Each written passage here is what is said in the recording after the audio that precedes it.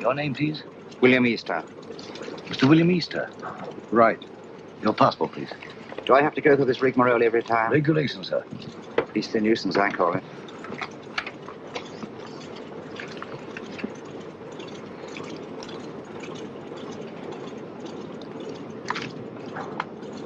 You will receive your American visa in Lisbon. Will there be time? Definitely.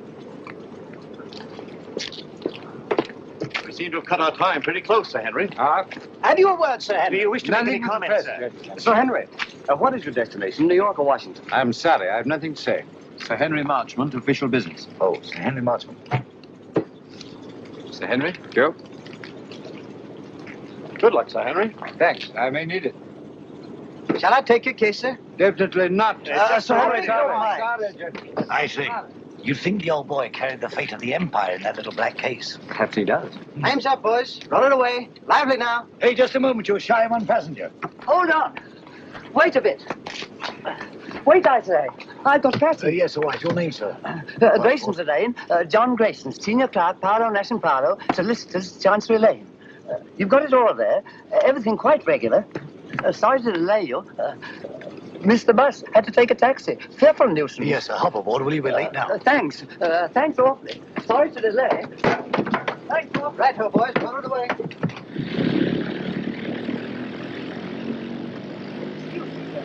Awfully sorry. Quite all right. No sense of balance. None whatever. Thanks. Clumsy of me. No sense of balance. That's what it is. Effect of the inner ear, I fancy.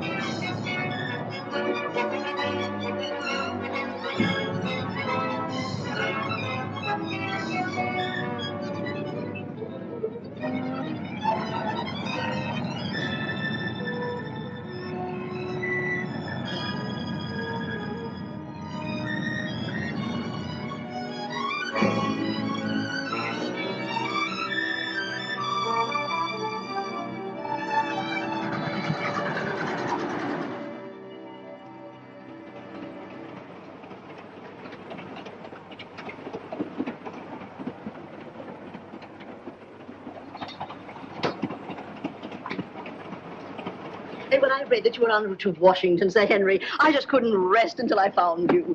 Now, when can you dine with us? Very kind, Mrs. Jellison. I'll put you first on my unofficial list. Oh, I have a much better idea. You must let me put you up during your stay. Thanks very Washington much, is so crowded. I'll put you in the blue room. Come in.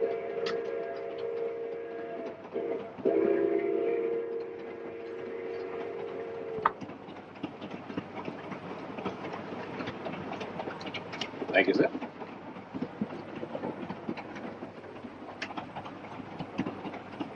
But if Sir Henry isn't the one, who is? I don't know. But the head received a cable from London tipping him off. It's up to us to find the real British agent before this train reaches Washington. Yeah. Whoever's got the document will be protected there. If Sir Henry isn't carrying it, I've got it. Besides Sir Henry and myself, only one man's come all the way from London. The chap called Grayson, John Grayson. Well, then Grayson's our man. Grayson's carrying the document while Sir Henry's being used as a decoy. it's so old, it's new. When Grayson leaves the club car and goes to get his luggage, that's our cue. We know what to do, Easter. Good. That's Grayson standing at the bar. The little fellow.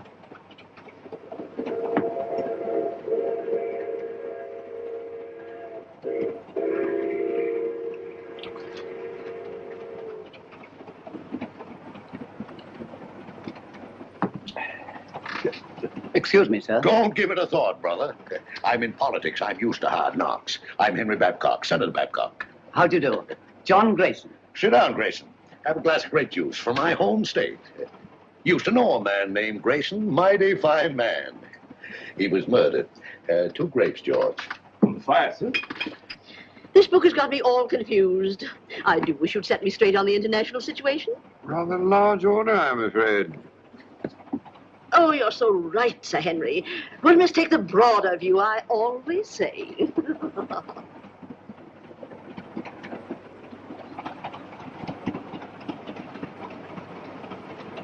Another grape juice, Grayson. You can't have too many vitamins, I always say. Thanks, Senator. But if you don't mind, I'll have a whiskey and soda. Why, sure. George, bring him over, will you? Yes, Let's sir. get a chair. I was built for comfort.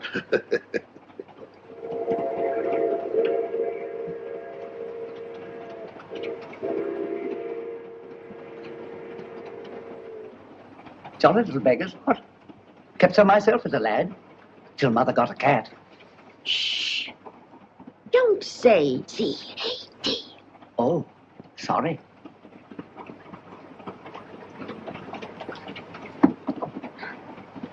Permit me, ma'am. Oh, thank you. Very kind, I'm sure. Pardon me, sir. Here we are. Porter, Yes, sir? are we on time? Yes, sir. Be in Washington in 20 minutes.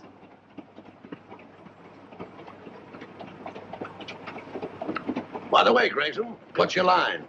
Line? Yeah, what business you in? What's your racket?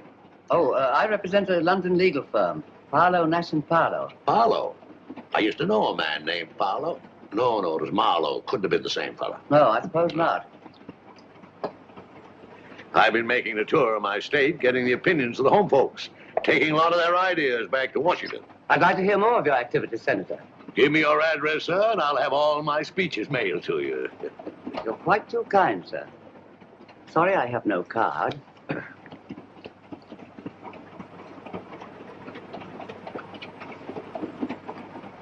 Oh, Porter. Yes, miss? Permit me. Thank you very much. Not at all. I'll be at this address for the next week or so. I hope. Thank you. I'll get my papers together. Pleasant meeting, my friend. Better look me up in Washington. I'll just get my bag. Thank you, thank you. Oh, I forgot to pay George. Excuse me, sir. Well, what's the matter? Just a little blackout. Keep your seat. Just a little blackout. Keep your seat. Mice! Oh, dear. All gone.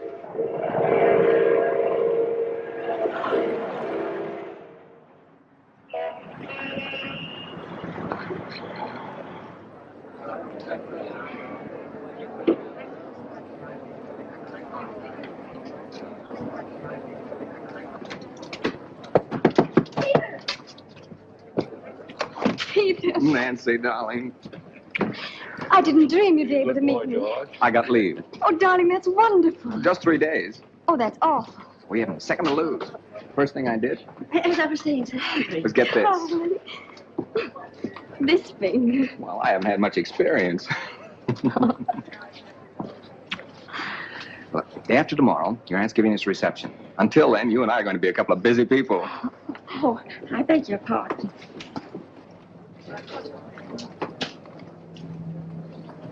Goodbye. Who's your boyfriend? You needn't worry. He just lit a cigarette for me.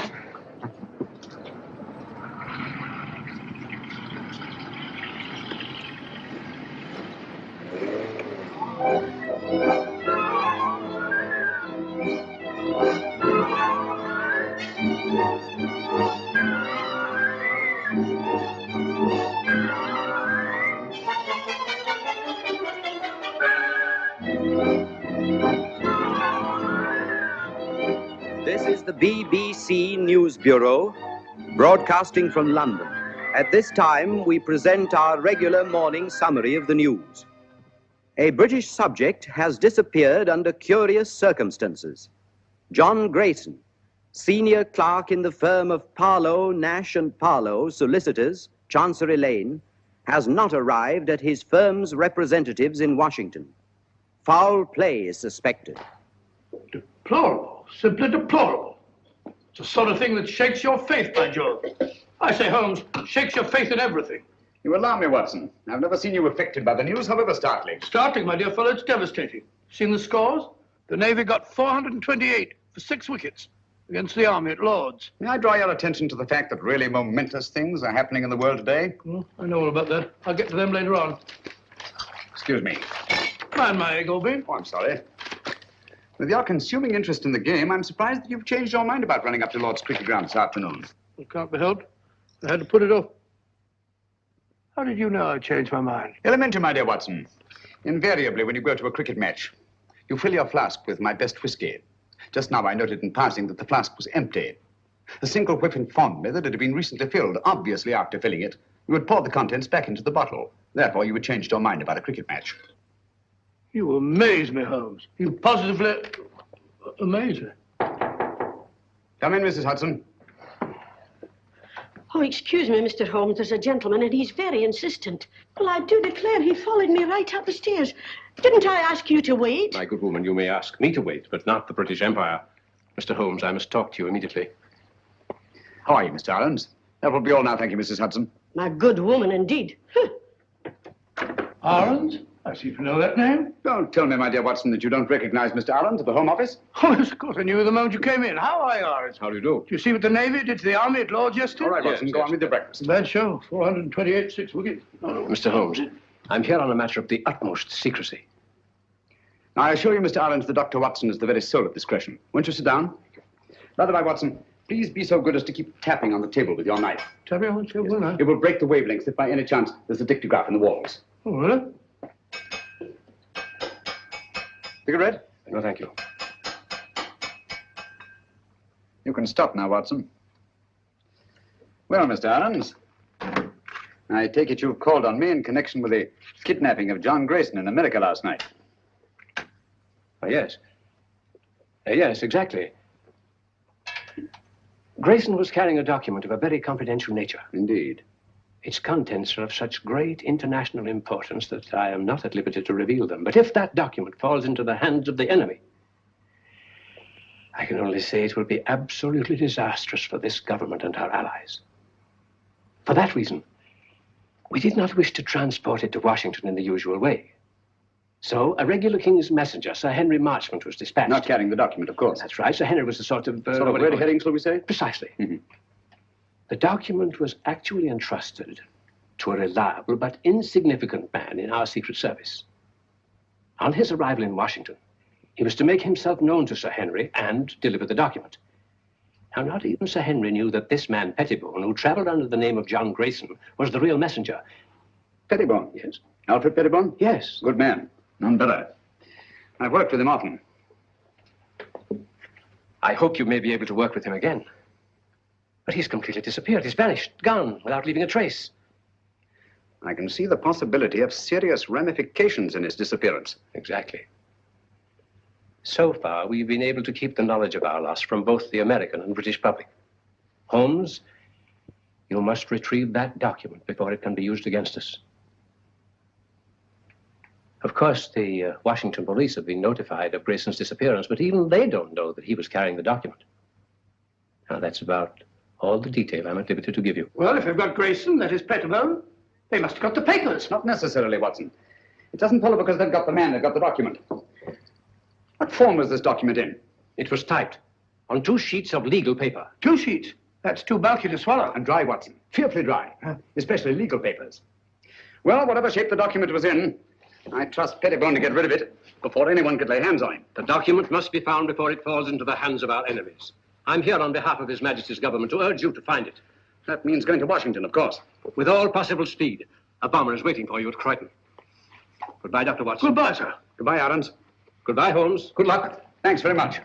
We're relying on you.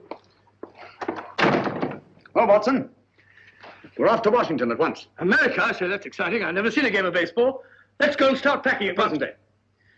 First, I'd like to take a look at the home of Alfred Pettibone. Come on, Watson.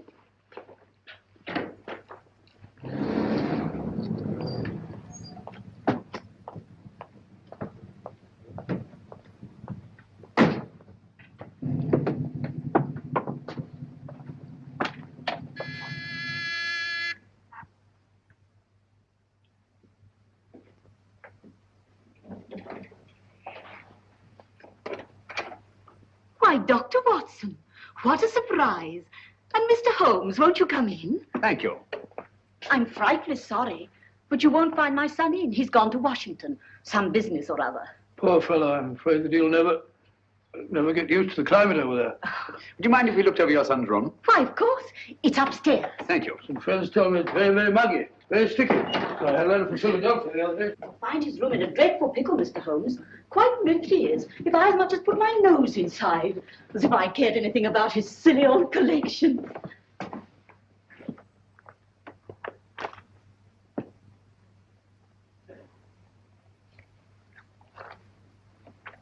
This sort of Pettibone seems a curious sort of fellow. Sort of collector of collections.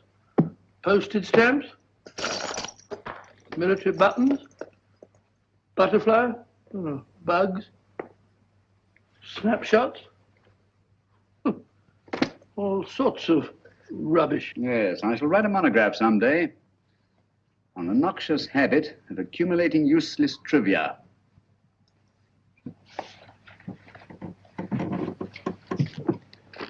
Please be so good as to stop pacing, Watson. You distract me. All right, all right.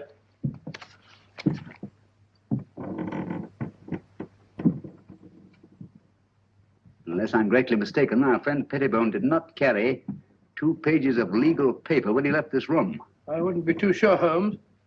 Ashes are deceptive, you know. On the contrary, my dear Watson, the rag used in our official documents leaves an ash that is unmistakable. Oh, do stop pacing. I'm not pacing. I've moved an inch. I'm sorry, old fellow. My error.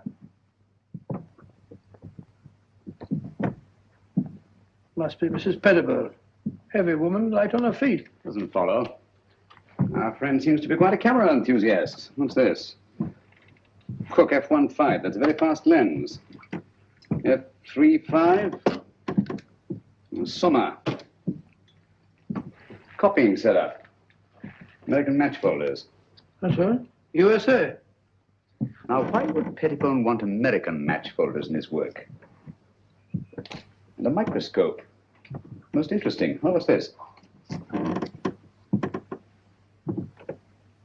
Watson, this microscope was last used for examining microfilm.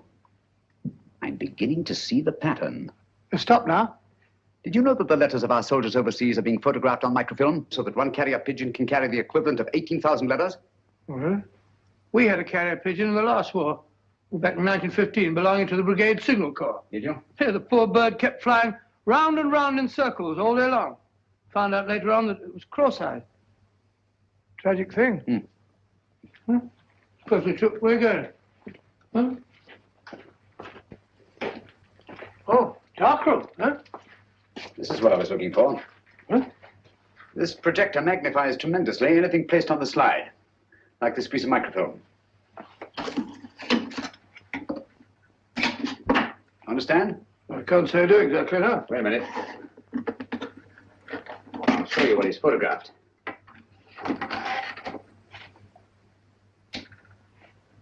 What's that? Match folder. What do you want to photograph that for? Probably to line up his equipment before he photographed the document. We've got it, Watson. Look over? Yes. Come along. Oh, it's all as clear as mud to me. Just as I thought. This document has been reduced to microfilm to make its concealment possible. Alfred Pettibone is a most ingenious fellow.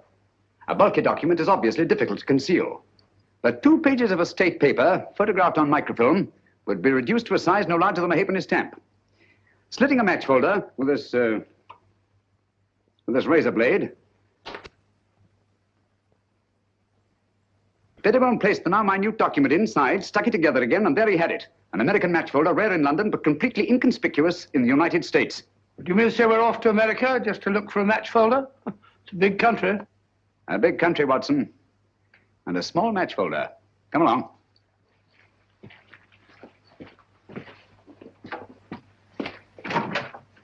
Did you find what you were looking for, Mr. Holmes? Yes, thank you, Mrs. Pettibone. By you haven't been up on the roof in the last 20 minutes, have you? Why, no. What made you think... Well, we distinctly heard footsteps. Nonsense, Watson. It was the house settling. Gracious, yes. Such popping and groaning. We're quite used to it. Thank you. Goodbye, Mr. Holmes. Goodbye, Mrs. Pettibone. Goodbye, Dr. Watson. Goodbye. So sorry you missed Alfred. I'll tell him the minute he gets back. Gets back? Oh, yes, of course. Well, goodbye again, Mrs. Pettibone. Just a minute, Watson.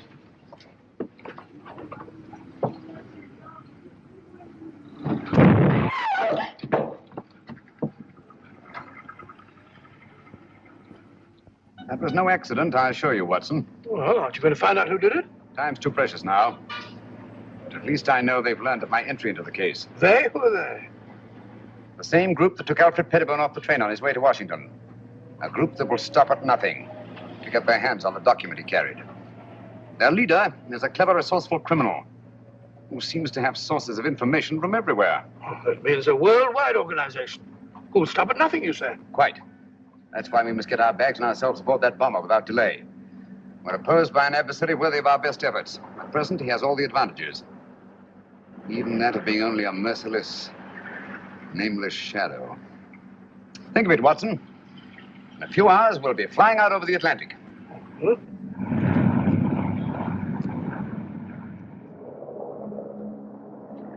We're flying over New York, sir. New York, eh? Yes, sir. We've been cleared by radio. Non-stop, Washington.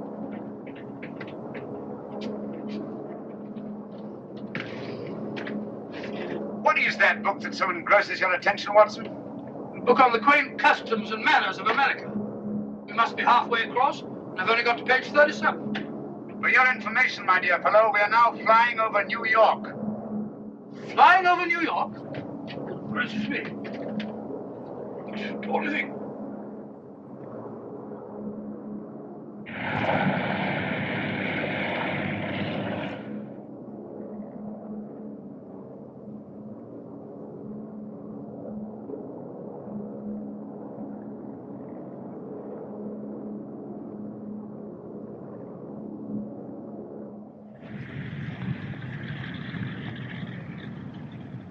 This is the embassy car, Mr. Holmes. You're being very helpful, Mr. Lang. Detective Lieutenant Grogan of the Washington Police.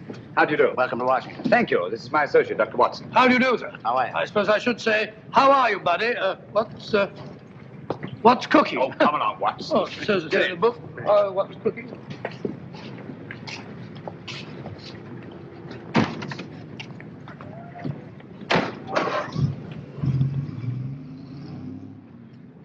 Grogan had charge of investigating the Grayson case for the Washington police.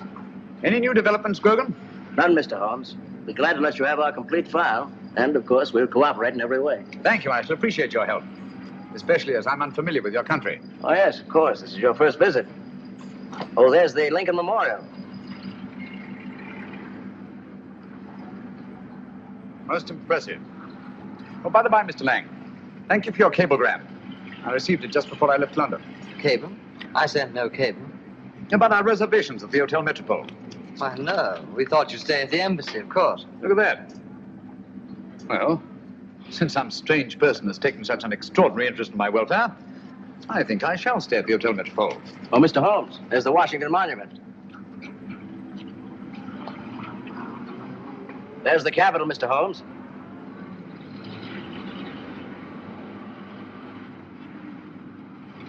Magnificent.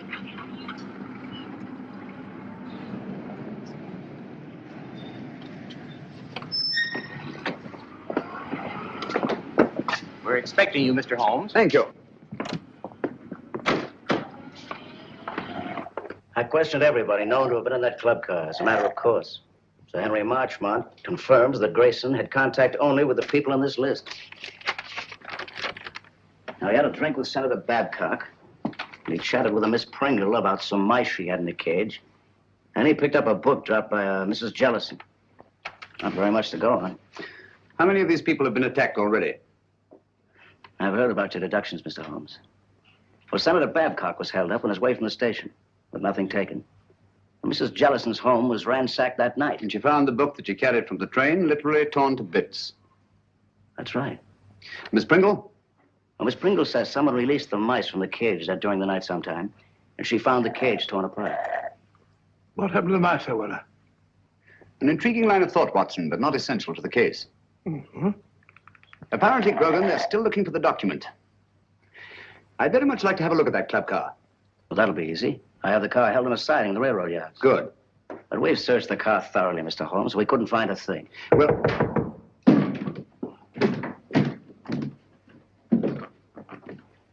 What are you doing? What's this? Mr. Holmes, your trunk. Trunk? I have no trunk. It says right there. To Sherlock Holmes, Hotel Metropole. How was this trunk delivered? An expressman brought it, sir. What's the name of the company? Do you remember the license number? Naturally, I didn't notice that. I just signed for it. All right, thank you. That'll do. Well, this trunk's not locked.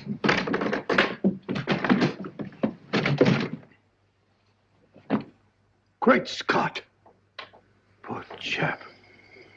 You recognize him, Mr. Holmes? Yes. Who was he?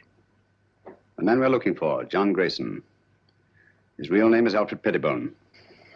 British Secret Service. Why should they send the body here? Obviously to frighten us. Or to tell us they know that Sherlock Holmes is on the case. Gentlemen, they knew we were on the case as early as their attempt on our lives in London. They're much too intelligent to believe that a corpse would frighten a trained detective. No, I rather think they intend this as a message. And they wanted to be sure that I'd be here at the Hotel Metropole to receive it. Message? What do you mean? They want us to believe that they found the document, and therefore have no further use for Grayson. Well, if that's true, then we're done for. I'm not so sure that it is true, Watson. If they have the document, why are they wasting time sending me this? No, it's an attempt to throw me off the track. Grogan, you've a police laboratory, of course. Certainly. I'll see what I can find out about the body. Yes, whatever marks it reveals. And the trunk. A microscopic examination. Everything about it. The lining, the blanket in which the body is wrapped, everything. Let nothing escape. We have the best police laboratories in the world, Mr. Holmes.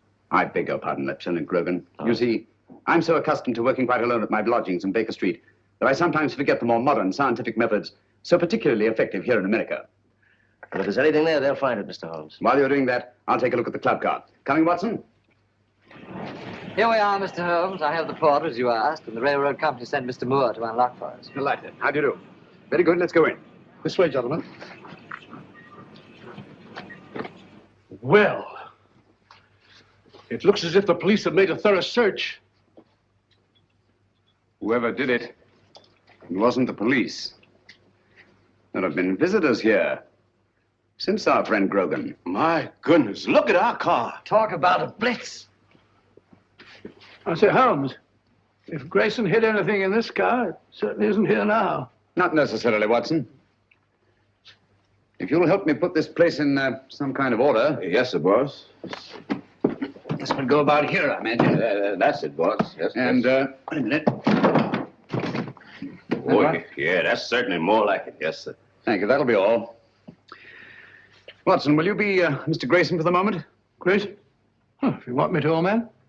What do you want me to do? You're having a drink at the bar. Oh, drink. That's not a bad idea. Drink at the bar.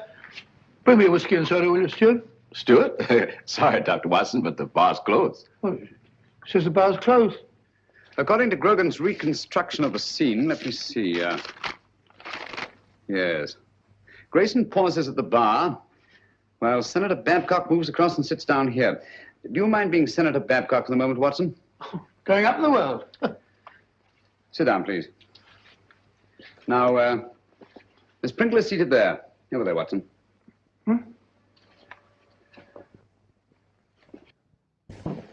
Now, Miss Pringle. That's right, the mouse woman. Oh, the mouse woman. Watson, over here, please. No, not there. Not there. That's Senator Babcock. Oh, pardon me, Senator. Sit down, please. Now you're Mrs. Jellison. Oh, excuse me, Mr. Holmes. He ain't Mrs. Jellison. He's the young lady. What? Sir Henry Marchmont was sitting right here, and Miss Jellison was right here. She's a sort of a big, fat lady. What did Grayson do that attracted your attention so particularly to Mrs. Jellison? The little man, he retrieved her book.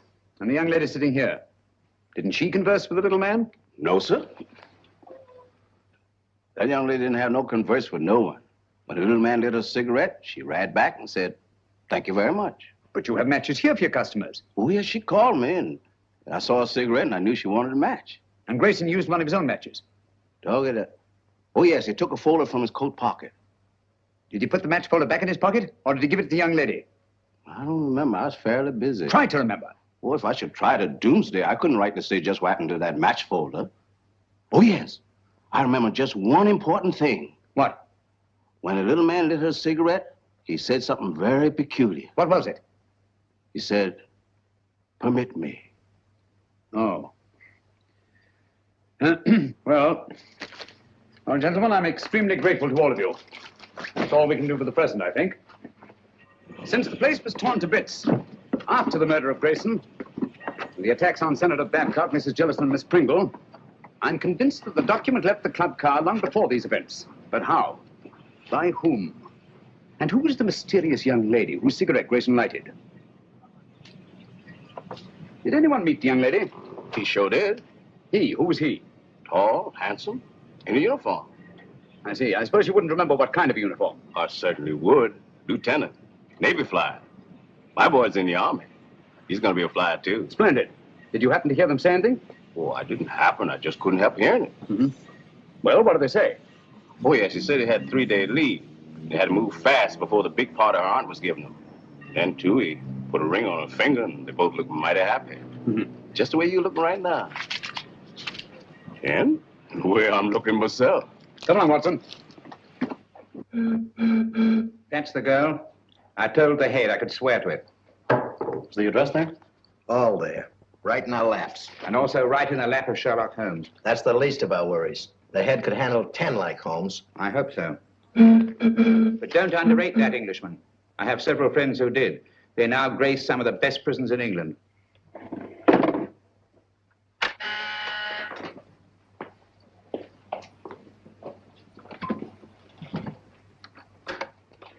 Yes, sir? I talked to the catering company. It's quite all right. They could hardly refuse me. It's the Acton Company. The Acton Catering Company. Yes, sir. I know what to do.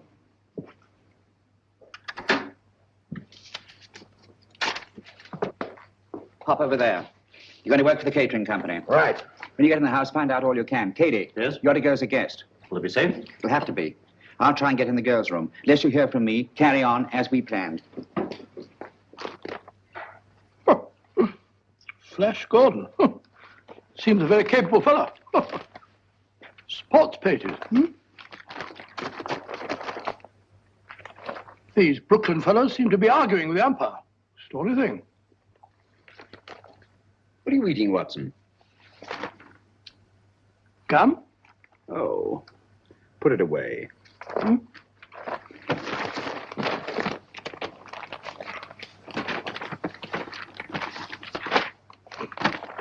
Never seen you take an interest in the society columns before. It's a concern I'll drop at once, I assure you, Watson. You found what you're looking for?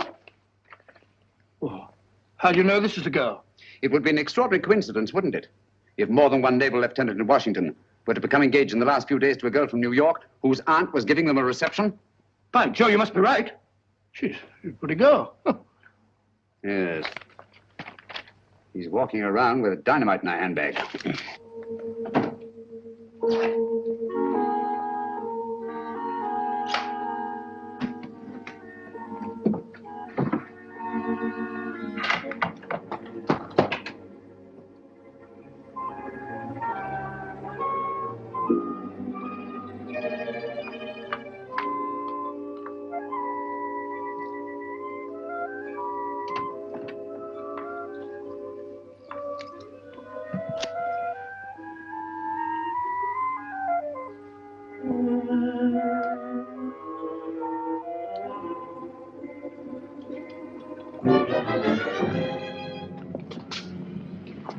625 Wardlaw Place.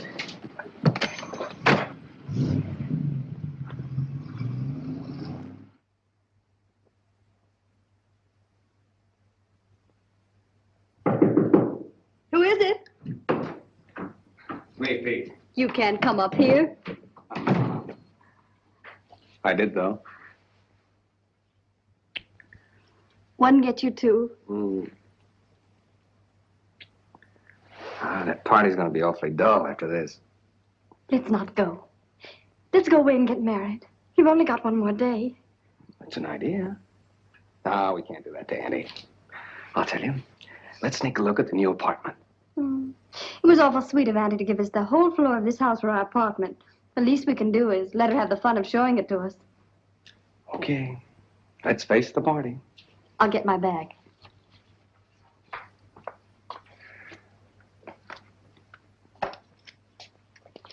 Thank you. Oh, no, you don't. That's the way I got them.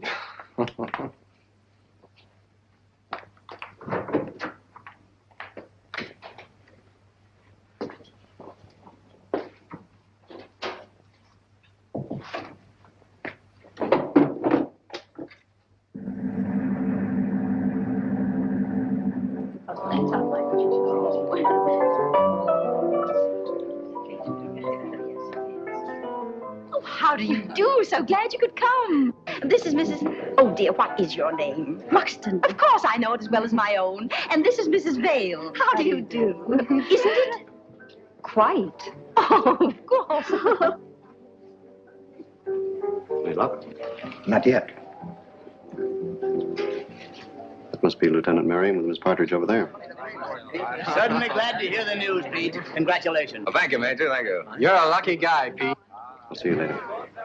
3rd floor, first door. Right. I'll wait there. You bring him up. Thank you, sir. A toast to the happy couple. A toast.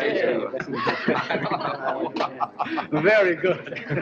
Happy landings. Well, that was terrific. Me too. Thank you. I know what I'm doing. Lieutenant Merriam? Telephone, sir. Navy Department calling. Oh, yes. Be right back. Lead on, McDuff. This way, sir. Matches? Match me, darling. Pick them up. Thank you. Oh, Pete, hold it. You can keep them, Major. Oh, thank you.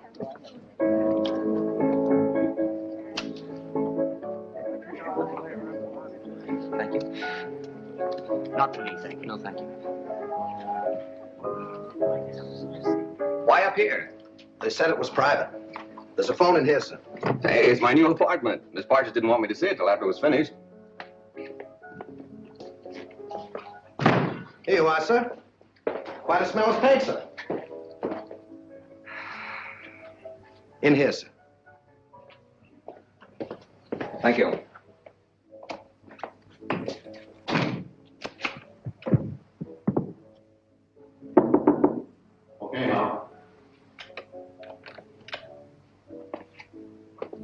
We We should get some action, Sir Henry, with Sherlock Holmes in Washington. Yes. I don't mind telling you I'd give anything to get my hands on that document. Yes, I know. Or at least know that it's in safe hands. Thanks. Engaged today and married tomorrow. No, thanks. Have you a match? Miss Partridge? Yes? Lieutenant Merriam asked if you would come to the new apartment.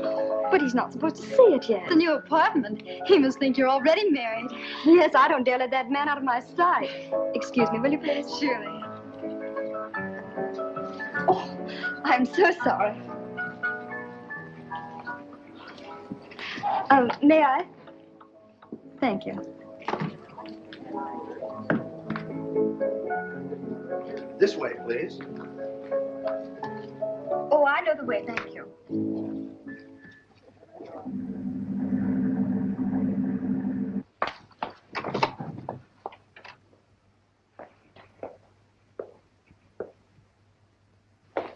Peter, where are you?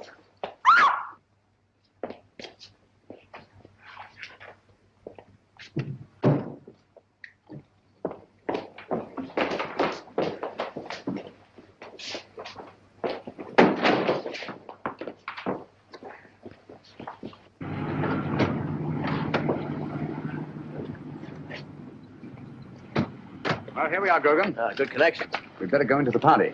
Well, I think you better go in first, Mr. Holmes. I'm not very good at this sort of thing. I think you do all right.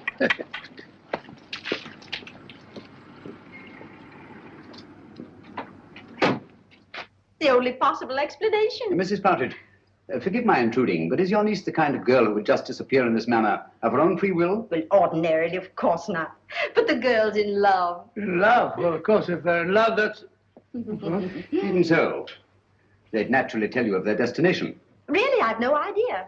Oh, but they'll be back here again tomorrow. You see, I prepared an apartment for them. An entire floor in this house. By the by, Mrs. Partridge, I gather the rug you ordered for the apartment was not entirely satisfactory. Oh, those tiresome workmen. I told them not to come in here this afternoon, but they did. And walked out with the rug, which they no doubt informed you had been sent by mistake and would be replaced tomorrow. Yes, but however did you Quick. know that? Show me the apartment.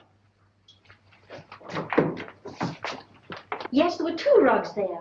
One for the living room and one for the dining room. Well, your workmen wear rubber-soled shoes, do they not? Oh, but yes, always. Their company requires them to. Nevertheless, there have been leather heels on this floor.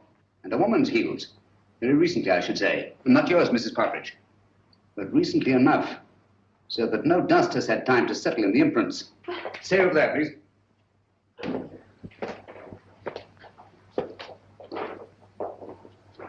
There seems to be a struggle over there. A woman's footprints disappear and a man's leather heels come round and stop there. Either she was carried out in the carpet or else... Where does that door lead to? Why, it's a dressing room. Perhaps an ordinary skeleton key. Let's try it. Watson, this is a matter for you, I'm afraid. Excuse me. Who is he? Is it Miriam? Peter! Take it easy, Mrs. Partridge. Let the doctor examine him. How is he, Watson? Nasty crack of the head. Nothing serious, thank heavens. Is there somewhere where you can lie down? Of course. Poor Peter. Take him to my room. Yeah, son, put your arm around my neck. That's the notion. Mr. Holmes, you must find Nancy. Quite. Poor Peter. That girl disappeared right from under our noses. It's unbelievable. I better try to trace that truck. That won't lead us anywhere. Our antagonist is too clever for that. But the girl must be found immediately. You're sure the police chemists found nothing definite in their examination of the trunk? Not one thing pertinent to the case. What about Grayson's body and the blanket it was wrapped in? Nothing. Every object connected with this case has some kind of story to tell. Do you think they'd mind if... The laboratory is completely at your disposal, Mr. Thank you. Dr. Watson and I will go there at once. Usual findings on the trunk, Mr. Holmes. Bought in Washington, been banged about a good deal. All labels removed. And the body? No marks of any kind. Very well. If you need me, call. Thank you.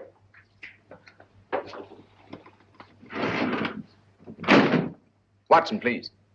Just tidying up a bit. This blanket is beginning to tell me many things. Really? Don't say so. It only remains to translate them properly. Yes. And just as I thought. This blanket has had a most varied history. It's been on many a sea voyage. The latest not 6 months ago.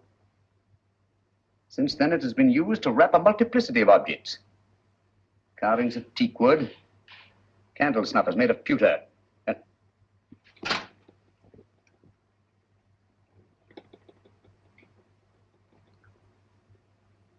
And furniture. Furniture?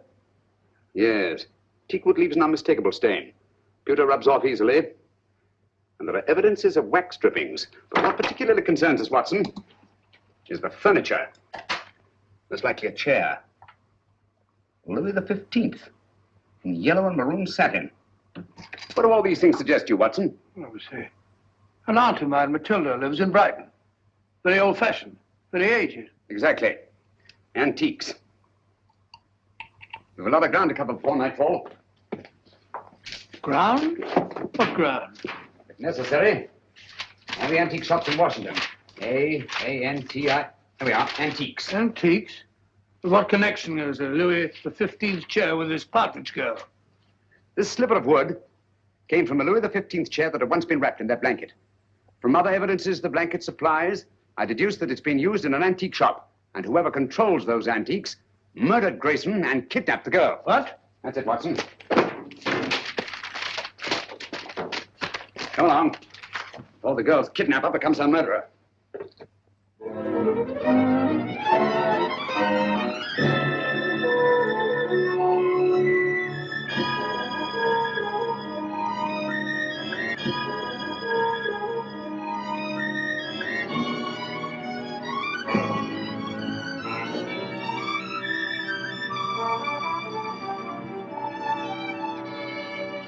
Holmes, I'm fed up with all this shopping for antiques. You must keep searching, Watson. The girl's in grave danger. Hello. Hello? Oh, sorry. What is it, Holmes? This isn't the place it seems to be. Look, Watson. Those cabinets. Obviously imitation, and yet they're priced as if they were authentic. Beware, and all that, eh, Holmes? Watson, I feel certain this is it. This is my purse. May I? Thank you. What kind of a joke is this? Oh, don't bother to answer. You can tell the police all about it. And you shall, I promise you. There are no police here. Haven't you noticed? We are quite alone. I sent for you to ask you a few questions. You always send a rug for your guests. It was a very nice rug, Miss Partridge. It's not my idea of a method of transportation. No, I'm sorry about that, but I'm afraid it was unavoidable. But why? You've no right to bring me here like this. I've always found it wise to take what rights I can get. Miss Partridge, you have a document which I must have. Document? I have no document. It won't do you any good to deny it. But I do deny it. I don't know what you're talking about. You remain a prisoner until you produce it. How can I produce it when I haven't got it? But you have. It was observed that on the train you had contact with a little British agent named Grayson. He gave you something. Where is it? But I hardly even noticed the man. I wouldn't even have remembered him if I hadn't seen his picture in the paper. He disappeared or something. He's dead, Miss Partridge. Oh. Now will you tell me what I want to know? But I can't. You won't? I can't, I tell you. Let me out of here. He gave me nothing. That's strange, because I know he spoke to you. There's something very curious about that door up there. To open it, you'd have to know the combination. But I tell you, I spoke to no one on that train. Now, didn't the little man try to be attentive to you? Oh, he may have offered the usual courtesies. I don't even remember. I see. I'm sorry. Aren't you spoke one of the years? Thank you. And you're quite sure he said nothing at all to you? Of course I'm sure. Permit me.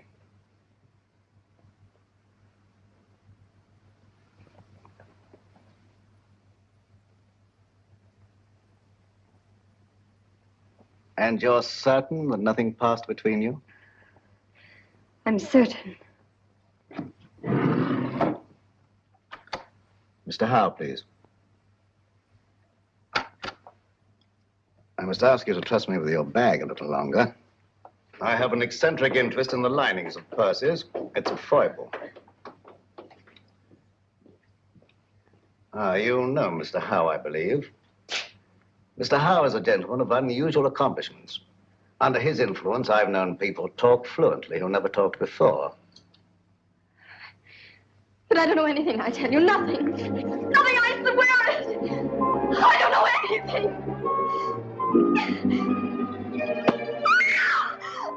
You stay out here. I'll go inside. I'll assume the character of an eccentric art collector. As soon as I'm convinced that this is the place we're looking for, I'll signal to you. And you get Grogan and bring him here on a run. But don't lose any time. An extra second may cost a life.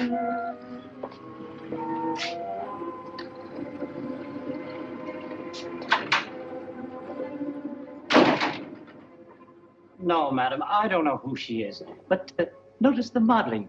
It has good symmetry, good lines. Oh, I'll be right with you, sir. No, thank you. I'll just take a look around.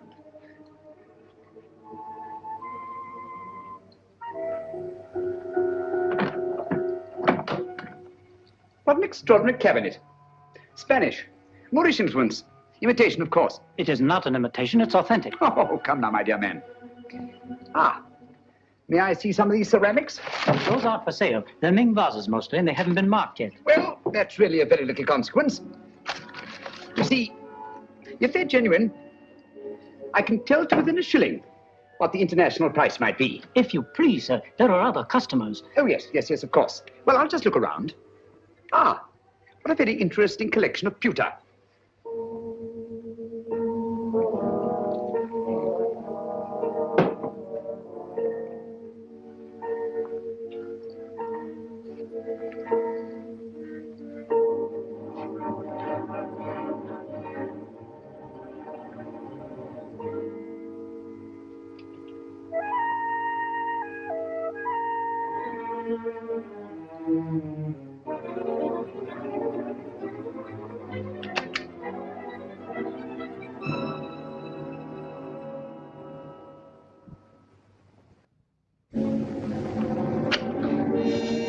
That'll be $500. Now, would you just give me the address where you want it sent? Yes, Mrs. J. Wellington, Jr. DuPont Circle.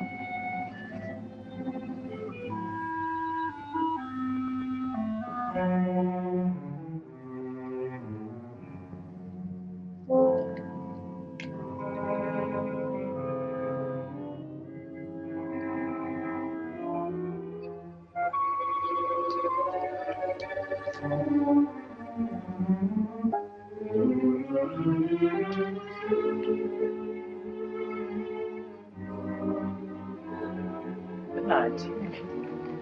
Good night. I'll have it sent out in the morning. Oh, dear. I'm most terribly sorry.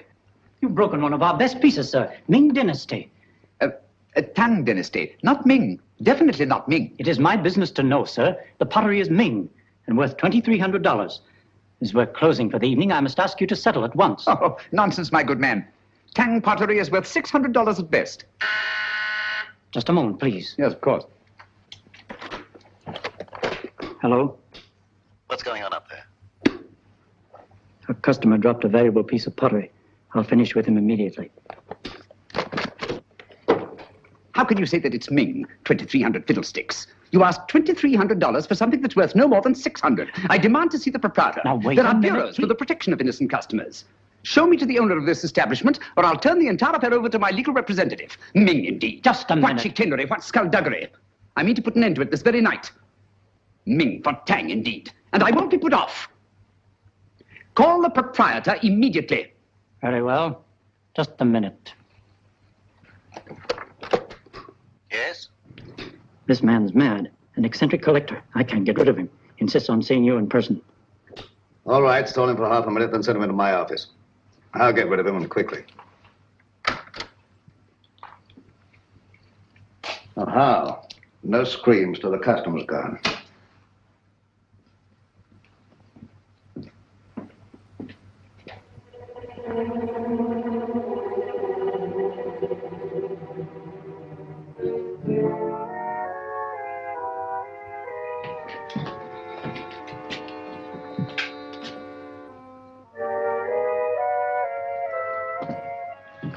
You get downstairs.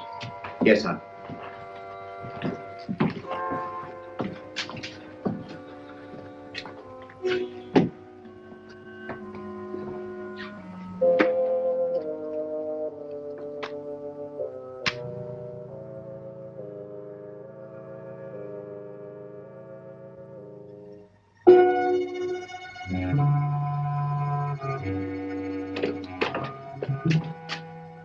I'm most frightfully sorry.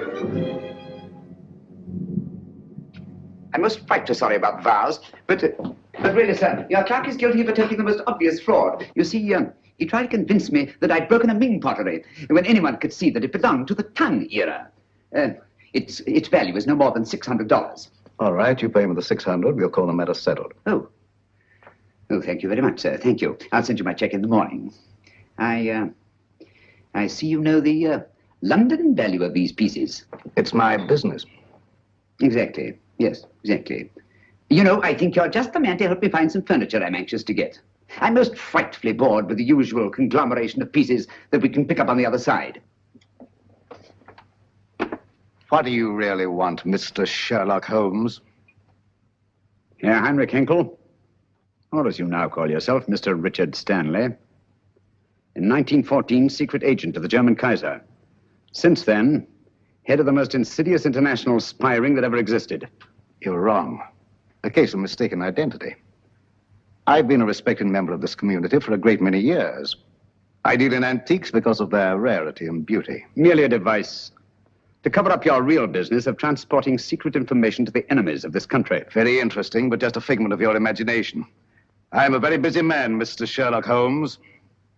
Where's Nancy Partridge? You're not looking for that girl. You're looking for a certain document. Oh, dear me, no. The document's perfectly safe. You see, the man who has it doesn't know he has it. That's a very pretty tale, but quite untrue. The only man who had any contact with Grayson on the train was Senator Babcock. The senator doesn't have the document. We took the trouble to find out.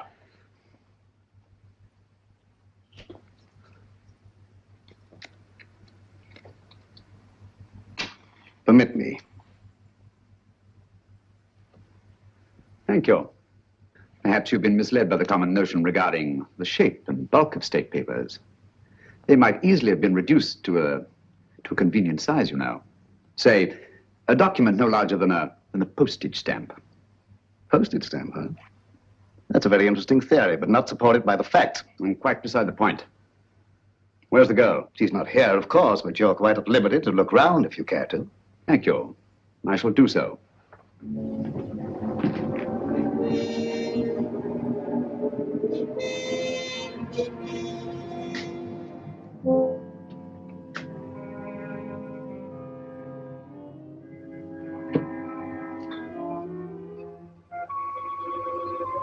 Interesting piece. Spanish, isn't it? Moorish. Oh, my error. It's an amazing specimen. I assure you won't find what you're looking for there. You stimulate my curiosity.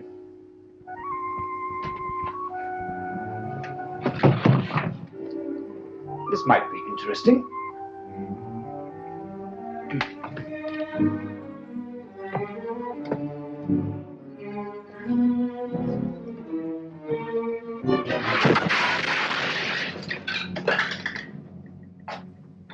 The Moors were an incredibly inventive people, weren't they? Yes, it was in shocking condition when I got hold of it. But I had it restored. Very lively now, but old-fashioned. If that's the best you can do, Mr. Stanley, I think I may safely examine the rest of the room. Now help yourself. Thank you. Take your hand away from that door. Mr. Holmes, you didn't think I was going to draw a weapon. I never touched the things. How odd to find you squeamish.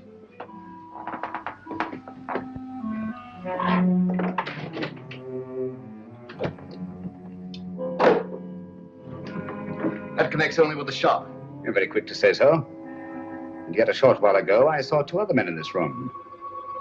And they didn't go back into the shop, so there must be another exit. And perhaps another room. Yes, Mr. Stanley, what is it?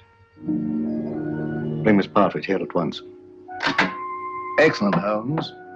I see your voice hasn't lost its flexibility. And my hand hasn't lost its cunning either.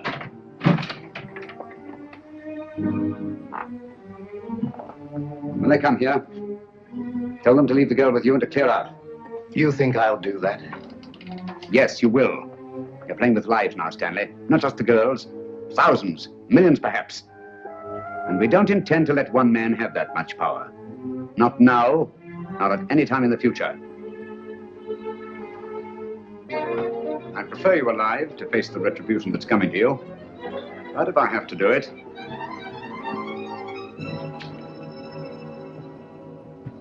All right, Mr. Holmes. I suppose we must all meet our match sooner or later.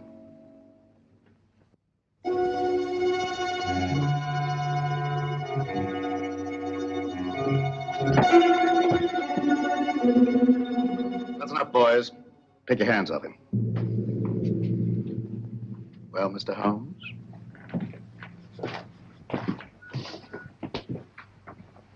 Tell the clerk to go home and see the front door's locked.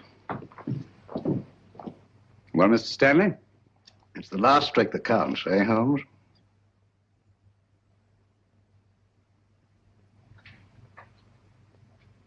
I'll remind you of that later.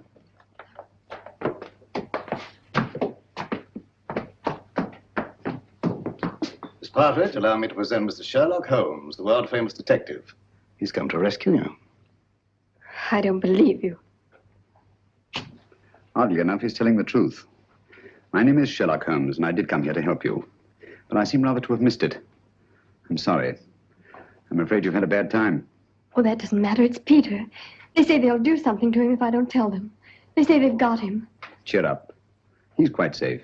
A tough customer like Peter isn't disabled very long by a clout on the head. He's all right. All okay, Mr. Stanley. Look here, Stanley. This girl knows nothing. I promise she won't even identify you. Well, unfortunately, she knows enough to hang us. So do you. I'm surprised at you walking into a trap like this, but you see the position I'm in and what has to be done. Katie, how?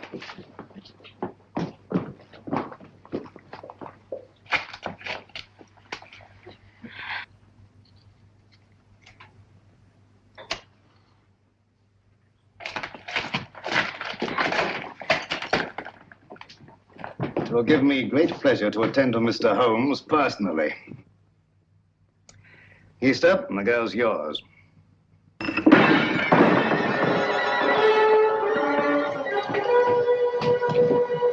It's the police. It's the police.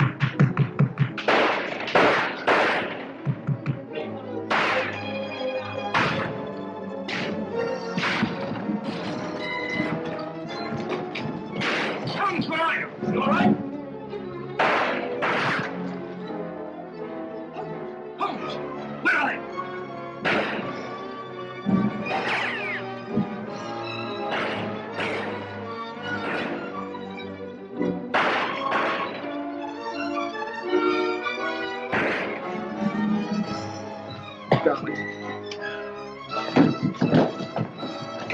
Thank heavens you're safe.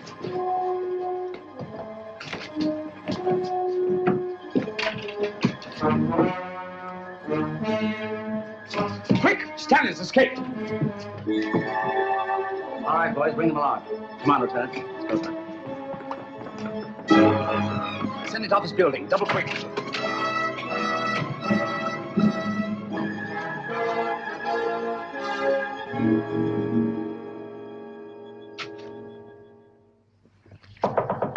Come in. I'm glad you're safe, Senator.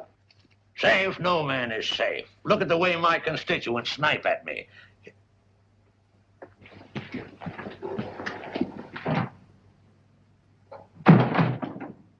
I don't recall seeing your face before, stranger. I don't think we've met. Well, that explains it. My name is Sherlock Holmes. Glad to know you, Holmes. What's on your mind? Senator Babcock, I'm here to inform you of great peril to your life. Richard Stanley, a dangerous criminal, is now on his way here. Richard Stanley? Why, he's the most respectable citizen of Washington, has been for years. What could Stanley possibly want from me? A document. I'm under the stamps of a letter given to you by a chap named Grayson. Grayson? Grayson? Used to know a man. Grayson? Why, that's the fellow disappeared. Say, I got that envelope right here in my wallet. Now, what does Stanley think could be under these stamps? A secret document of grave import. Reduced to microfilm and concealed under these very stamps. Thank you very much, Mr. Holmes. That's just what I wanted to know. I might have missed this microfilm if you hadn't led me to it. I seem to have underestimated your capabilities, Mr. Stanley. Yes, Mr. Holmes. Your famous powers of deduction and observation may do very well in Limehouse or Soho. But here in America, I believe you're out of your depth. If so, the verdict of history will be severe indeed. You nervous, Sherlock Holmes? I must confess to a marked irritation. Do you mind if I smoke?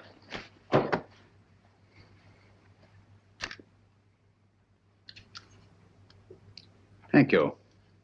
The whole course of the world might be changed by your acquisition of the microfilm. Oh, it will be, and for the better. You match. You can keep those. Thank you. And now, if you'll pardon me, Mr. Holmes. Why don't you do something, Holmes, if that thing's so all-fired important? The English senator. Cricket, old boy, always calling the crisis. The last trick, eh, Holmes? Yes, the last trick. Say, you're a smart fellow, Holmes. Here's the microfilm, Holmes. Thank you, Senator.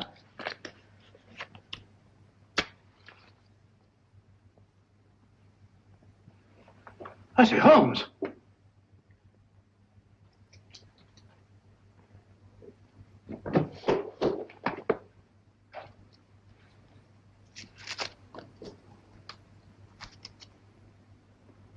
This is the microfilm with the document on it. It'll be in the proper hands within the hour. As I told you, Mr. Stanley, the man who had it didn't know he had it. Come on, let's go. Well, it'll be nice to get home to Baker Street, eh, Holmes? Yes. But this is a great country, Watson. It certainly is, my dear fellow. Look, up there ahead. The Capitol. The very heart of this democracy. Democracy. The only hope for the future, eh, Holmes? It's not given to us to peer into the mysteries of the future. But in the days to come, the British and American people will, for their own safety and for the good of all, walk together in majesty, in justice, and in peace. That's magnificent. I quite agree with you. Not with me, with Mr. Winston Churchill. I was quoting from the speech he made not so long ago, in that very building.